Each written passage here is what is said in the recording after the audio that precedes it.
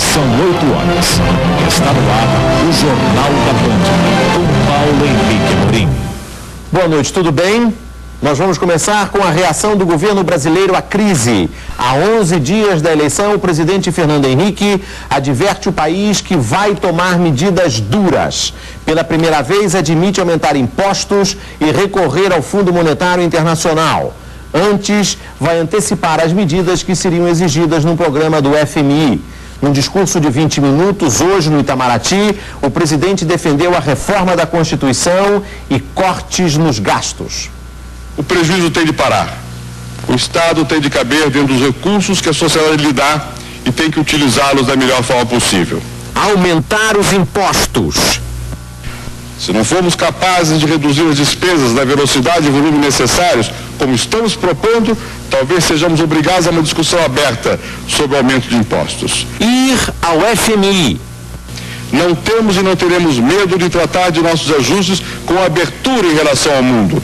Dialogar intensamente com parceiros e com as instituições internacionais, como o Fundo Monetário, o Banco Mundial, o Banco Interamericano de Desenvolvimento e o BIS.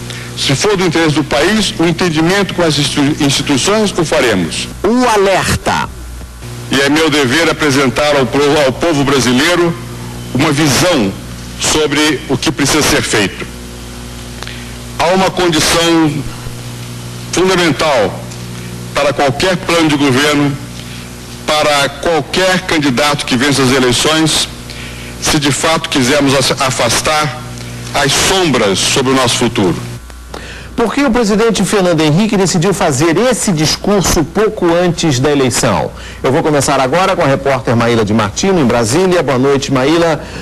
Maíla, esse discurso tem a ver alguma coisa com a última oscilação nas pesquisas? Bom, segundo o presidente, faz 18 dias, desde o auge da crise, que ele e o ministro da Fazenda, Pedro Malan, decidiram sobre a necessidade de avisar a população de que medidas duras virão. Mas o presidente disse ter ficado com medo de que anunciar dias piores no meio da turbulência econômica só deixasse o mercado ainda mais nervoso.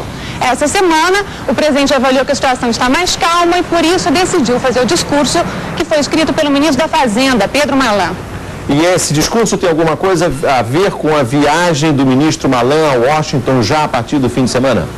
Tem sim, foi um alerta à população, mas também foi um discurso para o mercado, e para o mercado externo, inclusive. O presidente disse que esse discurso de hoje, o ministro Pedro Malan vai levar na bagagem, nas conversas de empréstimos com a comunidade financeira internacional, já se antecipando às tradicionais exigências do FMI. Agora, no comitê do presidente Fernando Henrique, o que é que os amigos do presidente Fernando Henrique acham desse discurso de hoje? Bom, os pesquisadores avaliaram que o impacto de anunciar medidas duras nas vésperas da eleição não vai ser nenhum entre a massa do eleitorado. Eles acham que essa parte do eleitorado, que tem mais dificuldade de acesso à informação, se deixa levar muito pelo clima do momento. E segundo os amigos e colaboradores do presidente, os ventos estão a favor de Fernando Henrique. Paulo Henrique. Obrigado, Maíla. Uma boa noite.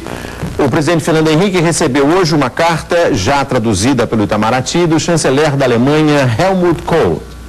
Kohl apoia as medidas que o governo tomou para defender o real, especialmente as que procuram reduzir o déficit. Kohl diz que a Alemanha vai ajudar o Brasil a enfrentar os problemas. Hoje se discutem, na verdade, duas maneiras de montar um esquema de ajuda internacional ao Brasil. Um fundo de contingência com dinheiro dos países ricos e um programa tradicional com Fundo Monetário Internacional.